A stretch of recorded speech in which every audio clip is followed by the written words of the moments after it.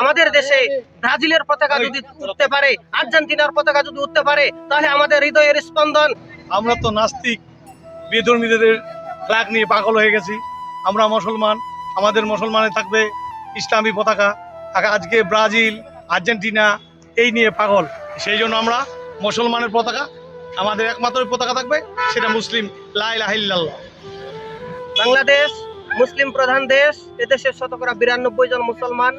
এরপরেও বাংলাদেশের আমাদের হৃদয়ের স্পন্দন, আমাদের কালেমা লা ইলাহা ইল্লাল্লাহু মুহাম্মাদুর রাসূলুল্লাহ, এই কালেমার পতাকার অবমাননা করা হয়েছে ঢাকায় যাত্রাবাড়িতে, যেটা আমাদের হৃদয়ে আঘাত হেনেছে। সুতরাং আমরা যারা এই কালেমার পতাকাকে নামিয়ে ফেলেছে, আমরা মাননীয় সরকার প্রধানমন্ত্রী বরাবর বিনীত অনুরোধ যে সেই সমস্ত কুখ্যাত, তারাই মূলত জঙ্গি, তারাই রাষ্ট্রদ্রোহী, যারা এই মুসলমানের দেশে কালেমার পতাকাকে নামিয়ে ফেলে তারা দেশে অশান্তি অরাজকতা সৃষ্টি করতে চায়, তাদেরকে অনতিবিলম্বে আইনের আওতায় এনে উপযুক্ত শাস্তি প্রদান করা হোক।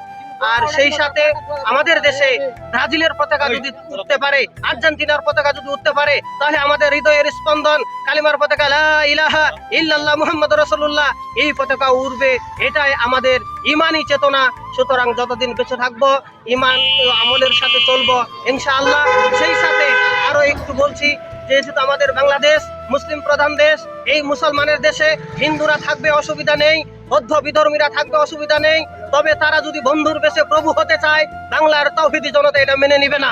আমরা তীব্র নিন্দা ও প্রতিবাদ জানাচ্ছি চৈতালি চক্রবর্তীকে। তার সাহস কিভাবে হয় সে মুসলমানদের মুসলমানদের জন্মভূমি এই বাংলাদেশকে নিয়ে কটূক্তি করা। আমরা সেই চৈতালি এবং চিন্ময় প্রভু সহ যারা দেশদ্রোহী দেশ অপশক্তি যারা, তাদেরকে রুখে দেওয়ার জন্য বাংলাদেশ মাননীয় প্রধানমন্ত্রী আমাদের সর্বস্তরের জনগণকে একত্রিত হতে হবে। আমাদের কালেমা একটাই, লা ইলাহা ইল্লাল্লাহ মুহাম্মাদুর রাসূলুল্লাহ। এই ধারাবাহিকতায় ঠাকুরগাঁও জেলার ভেলাজান এলাকায় সর্বস্তরের তাওহীদ দ্বীনি মুসলিম ভাইয়েরা একত্রিত হয়েছে। আল্লাহ সুবহানাহু ওয়া তাআলা যেন আমাদের এই কালেমাকে কিয়ামতের পূর্ব মুহূর্ত পর্যন্ত উত্তীর্ণ রাখেন, এই প্রত্যাশা রেখেই সকলে সুস্বাস্থ্য দীর্ঘায়ু কামনা করে শেষ করছি। আমিন ওয়া আখিরু দাওয়ানা আলহামদুলিল্লাহি রাব্বিল আলামিন। আসসালামু আলাইকুম ওয়া রাহমাতুল্লাহ।